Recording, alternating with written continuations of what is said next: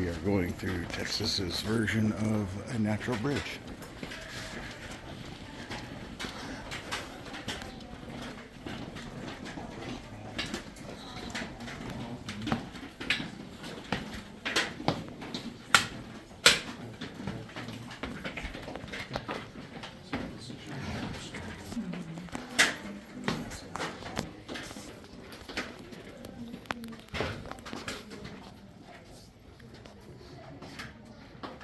Actually get its name because while we were in development of this room, we did find an 8,000-year-old black bear jawbone, as well as a 5,000-year-old black bear leg bone. Those bones are still on the premises. They're actually up in the visitor center in the back of the dining room in a little glass case. If you guys would like to see them at the end of your tour, or I guess after your tour, there's also some other cool bones in that case as well as a human molar and some cool rat teeth and stuff. So if you guys are interested in that, you guys can definitely check that out after. Now, if you guys do look over to your right, below the handrail, there is going to be this glowing light. If you guys are in the back and you can't see the glowing light, it'll stay glowing while you guys make your way down. So just take a glance into it once you get the chance. But this glowing light is showing you the Discovery entrance.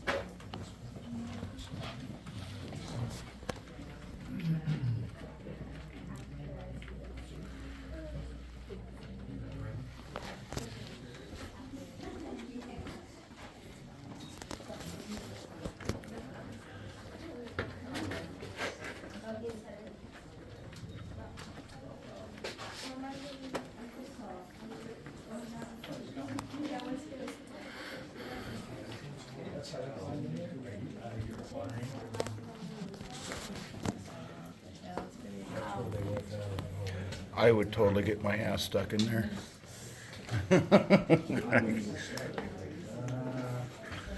I can think skinny, but not that skinny. Yeah. Oh, I just got kissed by a kid. I guess you're going to be the next archaeological find.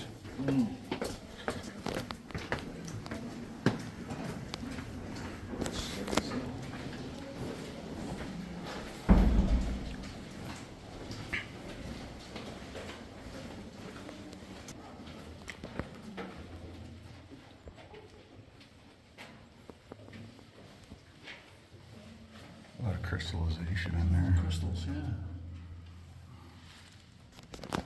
See 'em?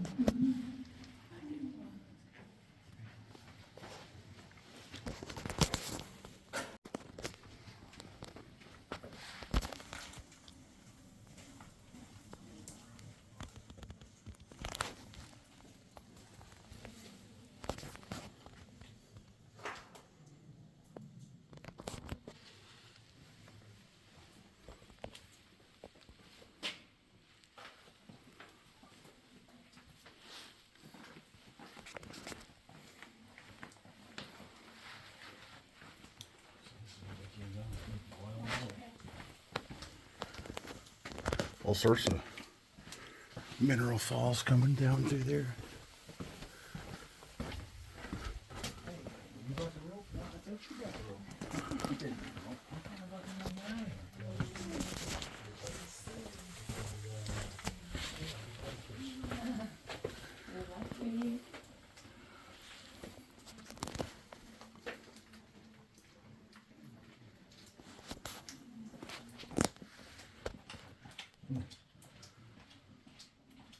Yeah.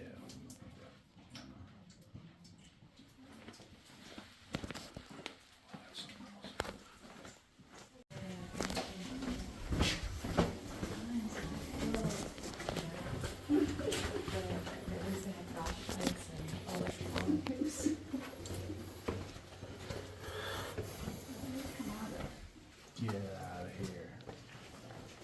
Yeah, I needed that. Was your headlight?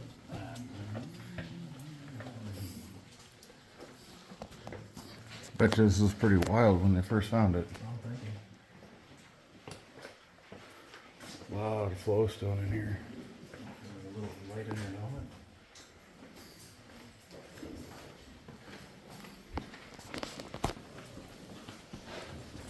Alrighty. Is that everything that we can? Okay. So we are now standing in a room that we like to call Pluto's anteroom. We are 180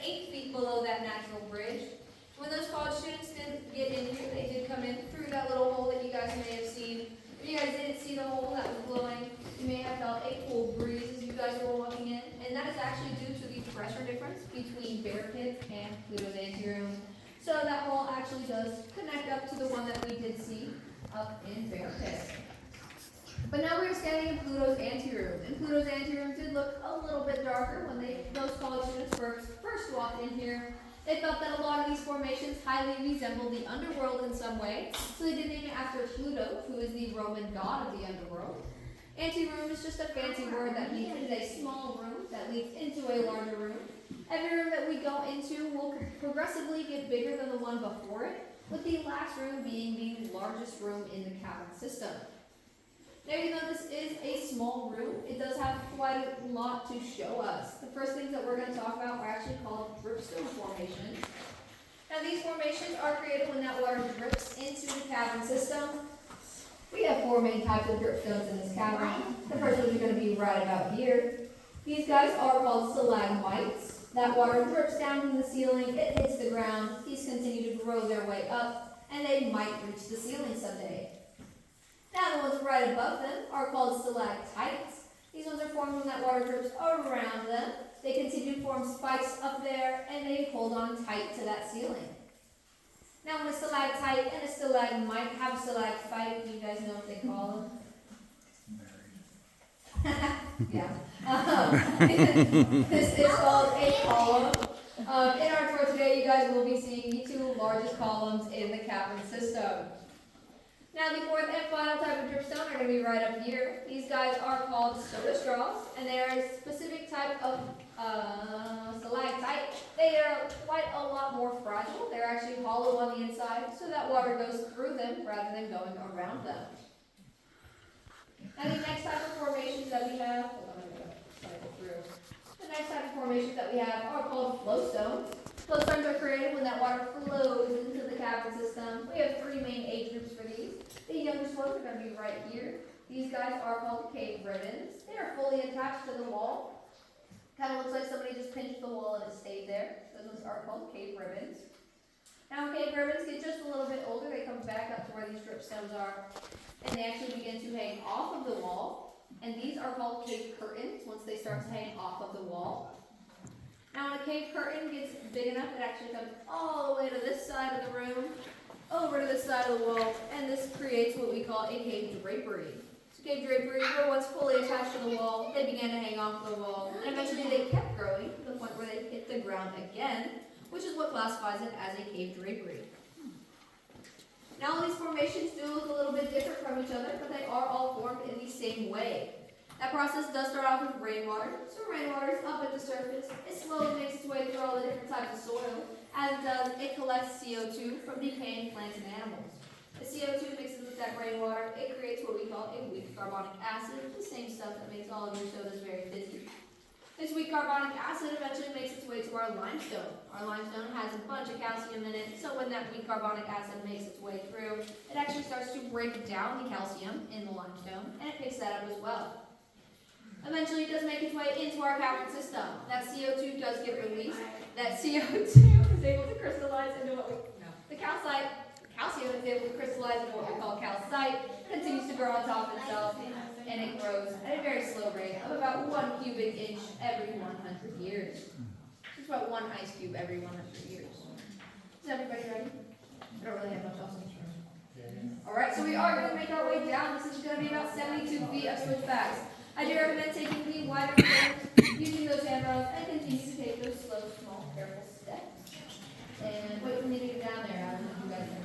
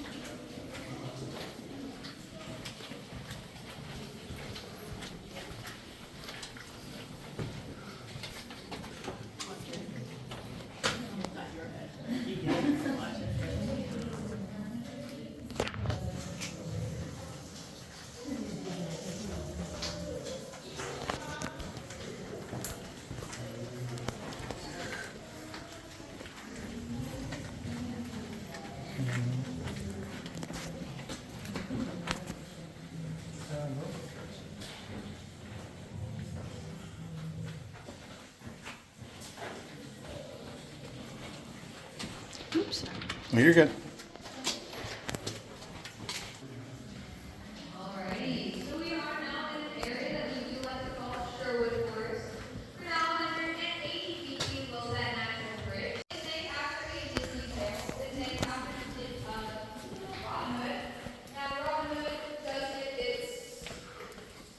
is named after Robin Hood because when the Scots walked in, they saw those same formations that you guys did. They didn't have think that these highly resembled a forest in some way.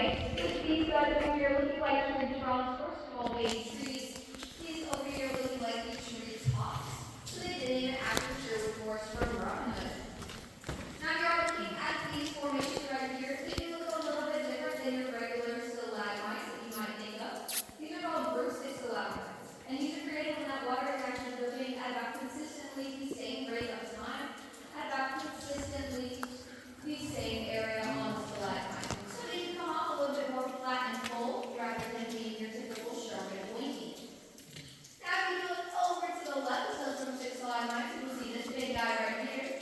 This is the second largest column in the cavern system. His name is the totem pole. He does stand at 32 feet tall and 8 inches in diameter. So he is quite a big guy. Again, these things do grow really slowly at about 1 cubic inch every 100 years. So in order to have a 32-foot tall totem pole, this room does have to be quite old. So when you go back in time, about 120 to 140 million years ago, all of Texas used to be under a warm, shallow sea. Now in that warm, shallow sea, plants and animals would die off. They would then sink down to the bottom, mix with all the sediment, and this would create layers. Eventually, what would happen is add more and more pressure onto all the layers below it. So we're now standing in a cavern that is millions of years of compacted pressure. If you guys look into the wall, you guys can actually still see many of those layers today. Now, if you fast forward about 20 million years ago, we were no longer under that warm, shallow sea. However, it did still exist nearby. It was pretty much our next door neighbor.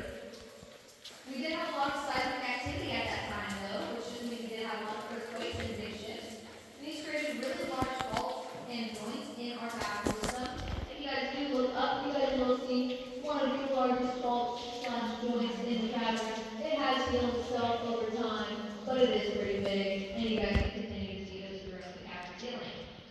Now, when these cracks and faults happened, it did open up the cavern and allowed all of that water to rush back into the cavern system, which ended up carving out our rooms. Eventually, that water did seep down into what we can call our Glen Rose aquifer. The aquifer is still in use. It does actually supply us as well as surrounding areas with all the water that is needed.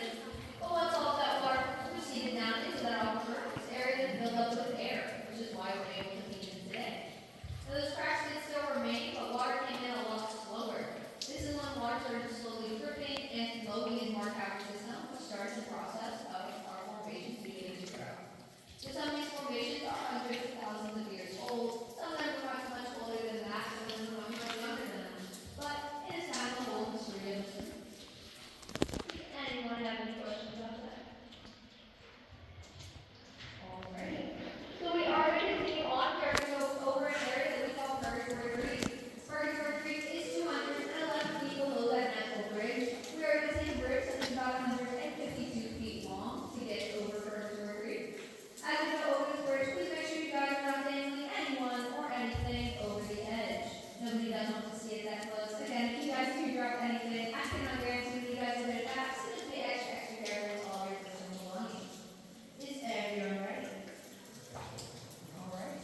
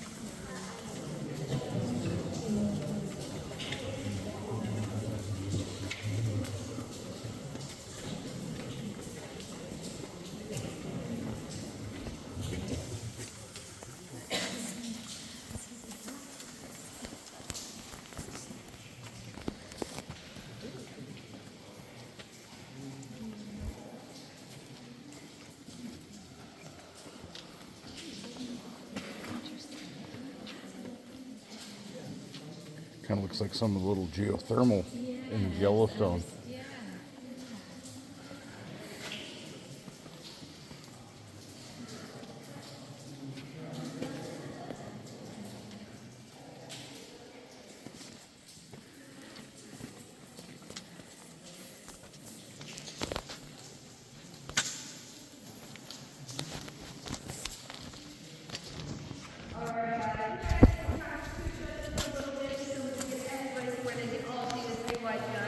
There's also some space a little farther past me if you guys would like to kind of take up that area. That light down there is going to turn off in case any of you guys are actually still down there. Just make sure you guys are making your way up. All right. So we are now looking at our 3 white giants. The first one is going to be to your far, far left. This guy right here. He is called the Watchtower. This is the tallest column in the cavern system. He does stand at 50 feet tall and 8 feet in diameter. This is what the totem pole wants to be when he grows up, but it's going to take him quite a while to get there. Now the one right next to it is called the Mount of the Landlord. When those college students walked in, they thought that this stalagmite looked like one big apartment building with all of these holes looking like windows or balconies to that apartment building. This guy right here, off to the left of the stalagmite, still attached, is the landlord. He's got his hands on his hips, he is facing that stalagmite, he is making his way up to the top to collect all of his rent. And again, this is the largest stalagmite in the cavern system. And the third and final is going to be this big guy right here. This is the king's throne. The king is not in this room. He is actually in our very last room at the end of our tour, but this is his throne. He does got 2 hand rests. He's got a footrest, a table for all of his snacks. He does like to decorate with a large jellyfish up top, as well as some cave chandeliers. Now, cave chandeliers are essentially just a lot of cave curtains that are all grouping in the same area. Now, if you are curious what he does put on his snack plate, if you look up between the first 2 white giants, you guys can see what we call cave bacon. Cave bacon gets its color due to humic acid, and humic acid is produced from all of the vegetation up on the surface. So even while you guys are way down here, you can still see the impact of what's going on. The more vegetation, the more coloring. The less vegetation, the less coloring in our cave bacon. And if you look right below that, you guys will be able to see this big puddle of water right here. It does come off with a blue coloring. That actually has nothing to do with what's in the water or anything like that. It is actually due to these lights that we have here. The lights actually refract off of the cave water, and it actually gives it a green or sometimes blue coloring. Does anyone have any questions about that? Alright. So we are going to continue on then. The next area that we're going to pass by is called Brendel's Canyon. Brendel's Canyon was the original way that those college students took. They went all the way down about 207 feet below the natural bridge, and they had to climb all the way up. We will see the exit of it in our next room, but for now we are going to go right next to it. I do encourage you guys to look into it as we are passing by, but we are going to go up some stairs. There are about 35 steps. They are going to be wet and they are going to be steep, and then we're going to go right through our next passage, what is called Emerald Passage. Emerald Passage gives us about 135 feet below the natural bridge, so we will continue to make our way up. Anyone have any questions or anything? The students were actually just part of a grotto, which is literally just a club, so some of them were like, one of them was an English major, some of them were like just, they didn't have to. So they knew how to do this. They just weren't like official.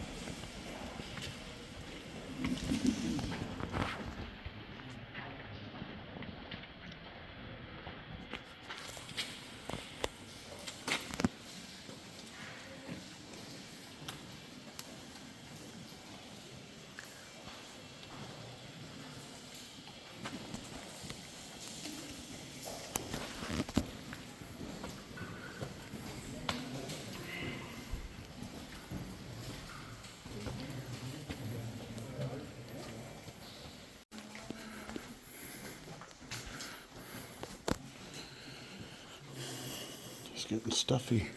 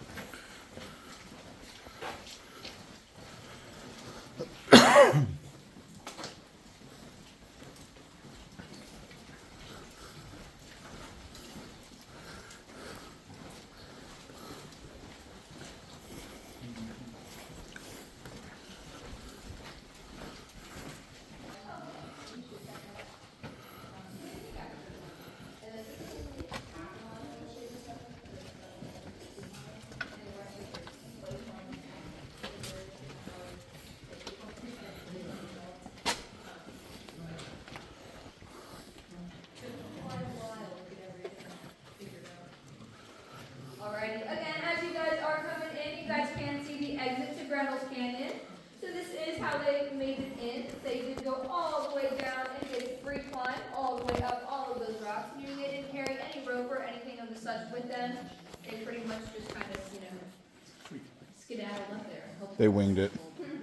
Now they were all like 19 and very fit, from what I assume. So, it worked out. Alrighty, so we are now standing in our next and our largest room. This room is called the Hall of the Mountain King. This room is actually so large that we did have to break it up into two separate parts. So we are currently standing in bottom of the Hall of the Mountain King. This room does stand at 100 feet tall, 100 feet wide, and 350 feet long. However, with all the lights off, it kind of looks like we're standing in one of the smallest rooms. But once we start making our hike up, you guys will most definitely see it. But before we do start that hike, I do encourage you guys to take a seat, kind of take a breather if you guys need it. I just got a few things to talk about in here. But there's the ceiling. So it's quite a while up there. Now this room was created just a little bit differently from the rest of our rooms. This room was created in a process that we like to call collapse modification. And this collapse modification is exactly what it sounds like. Something was modified due to something collapsing. And the collapsing in this instance was actually the ceiling.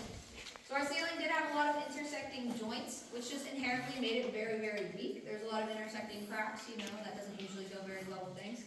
But the only reason that it was able to stay up for so long was actually because of all of the water in this area.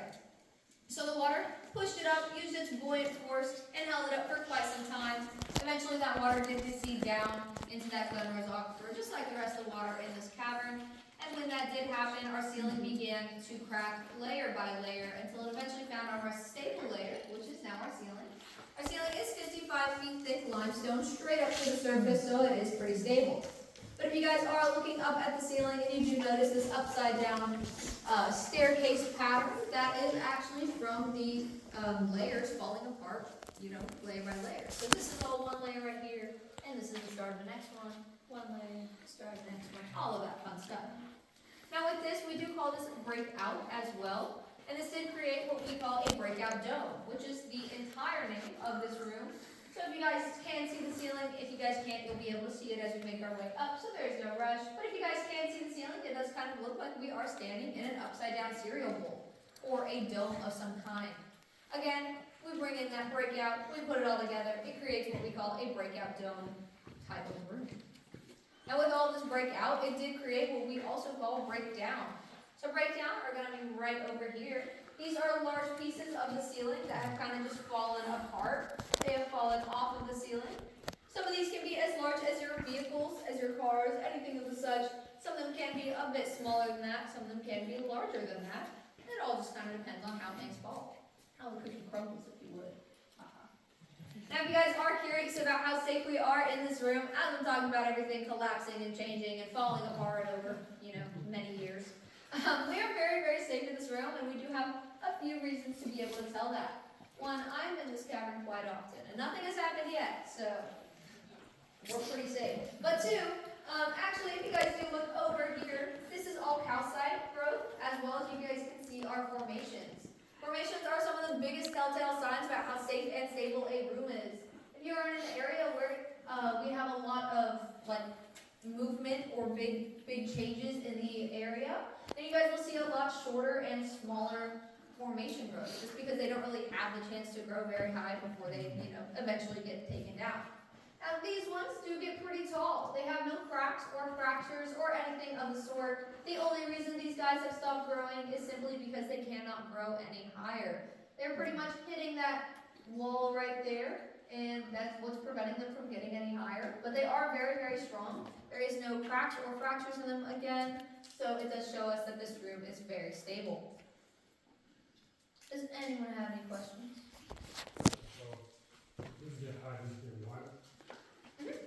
Yeah. So if they can't, once they start, they reach the top that they can't, actually grow up any higher, that water will still continue to go through and drip through. It doesn't kind of just stop dripping. So it does, in fact, make the things get a little bit wider. Cool. Is everybody ready? Okay, again, this is going to be the most strenuous part of our tour. If at any point you guys do need any assistance, you feel like you cannot make it, you need some help, you can call out to me. My name is Angel. You can call me tour guide, hey person in red shirt, all of those fun little things that you guys want to say. Just let me know so I can help you guys out. Everything, yeah. I want to make sure everybody gets out of this area safe and has a fun time doing it. So with that, I'm going to put this microphone down. We're going to start our journey up, and we'll see how long it takes us to get to the top. We'll make a stop about 3/4 of the way up if you guys do need some extra time to kind of take a breather. I'm gonna go. My microphone. Thank you.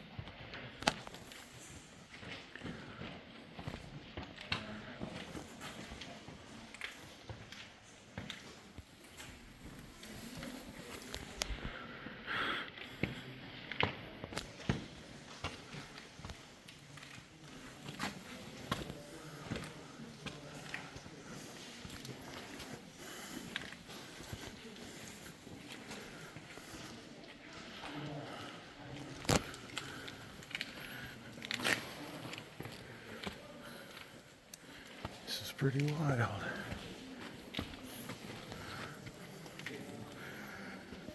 Lots of flowstone in here.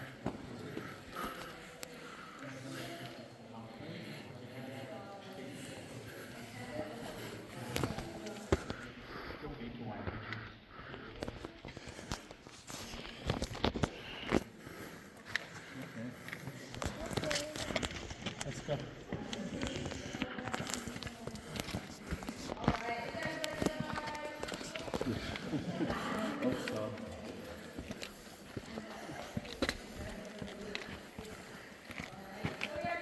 Excuse me.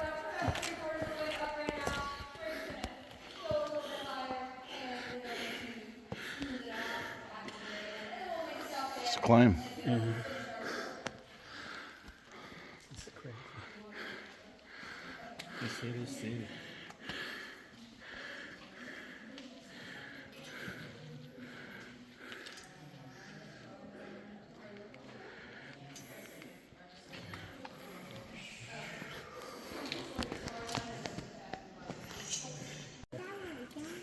This one, I see. Yeah, I know. You see this one? Yeah, it's in the center.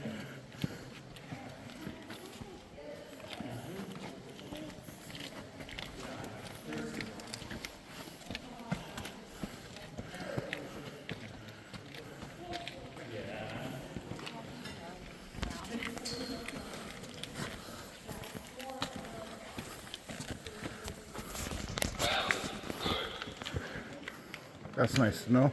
As you guys are making your way up, there is going to be a water fountain to your right. If you guys would like to try some cavern water, it is completely safe to drink, so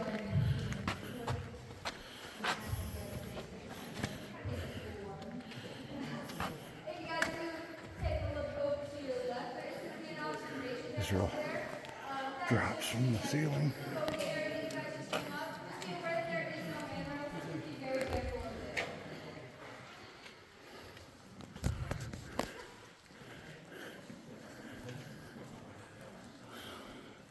Water's dropping out of the hole for that one.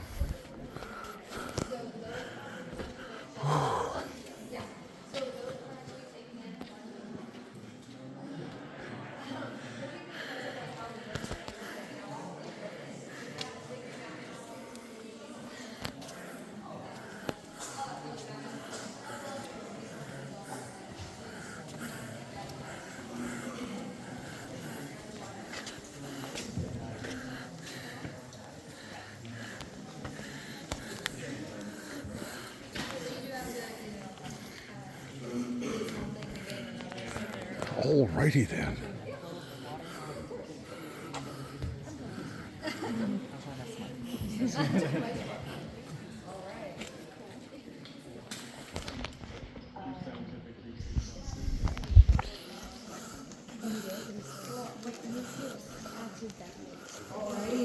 Again, to your right, there's going to be that cavern water. If you guys would like to take some cavern water, to your left, there will be an observation deck. If you guys aren't over there, to be where there is no handrail, so just be very extra careful. But now you guys have made it to the top of the hall of the Mountain King. You guys are now only 85 feet below that natural bridge. So congratulations, you guys are almost out of here, almost done with your tour. That is not an easy hike, so I do applaud you guys. But if you guys did see that orange glowing light as you guys were making your way in, it is towards your right. That is actually our DAC light. It is the last light of about a mile and a half of mapped but undeveloped caverns. There's also an adventure tour that goes back that way. If you guys would like to go a little bit more adventurous, do a little bit more spelunking, kind of be in a little bit tighter areas, you guys, we do have some adventure tours that you guys can take. That is our Discovery Adventure Tour. It is the older one of the two. It is extremely fun. You guys do get to go play in some bat guano, which is just a bunch of bat poop. But it is very fun. It is pretty messy. You're in the cavern for about 3 hours with 2 trained tour guides and a much, much smaller group than this with about 6 people. And I would recommend doing those if you ever get the chance. You can get more information up at our admissions office, or you can look it up on our website. Now, I did kind of mention some bat things a little bit ago in Pluto's and just a little bit ago with that bat guano. So if you guys do look up at the ceiling, you guys will see some black spots on our ceiling. This is yet another example of a bat roost. We did used to have a bat roost in here from about 15,000 years ago. The one in Pluto's is from about 5,000 years ago. So we did have plenty of bats in this cavern. Again, we do not know why they left. Some people theorize it was due to that sinkhole. Some people think it's just due to typical migration. They weren't really getting what they needed here, so they did eventually head off. Now, when they did leave us with multiple feet of bat guano. So they did leave us quite a big gift. Luckily for us, with the state of the cavern, it is mostly naturally preserved, so we do not have to deal with the smell anymore, which is great. I would not recommend trying to put your hand in it. Again, it does go multiple feet deep down, so, that's up to you. Now, if you guys would like to see bats, about a mile down the road, we do have Kraken Bat Reserve. It is the largest bat reserve in Texas, and they do a bunch of really cool things with bats. They do have a bat nato that comes out sometime soon, I think sometime around April. You guys can go and see and go to watch all of the bats kind of do a bat nato.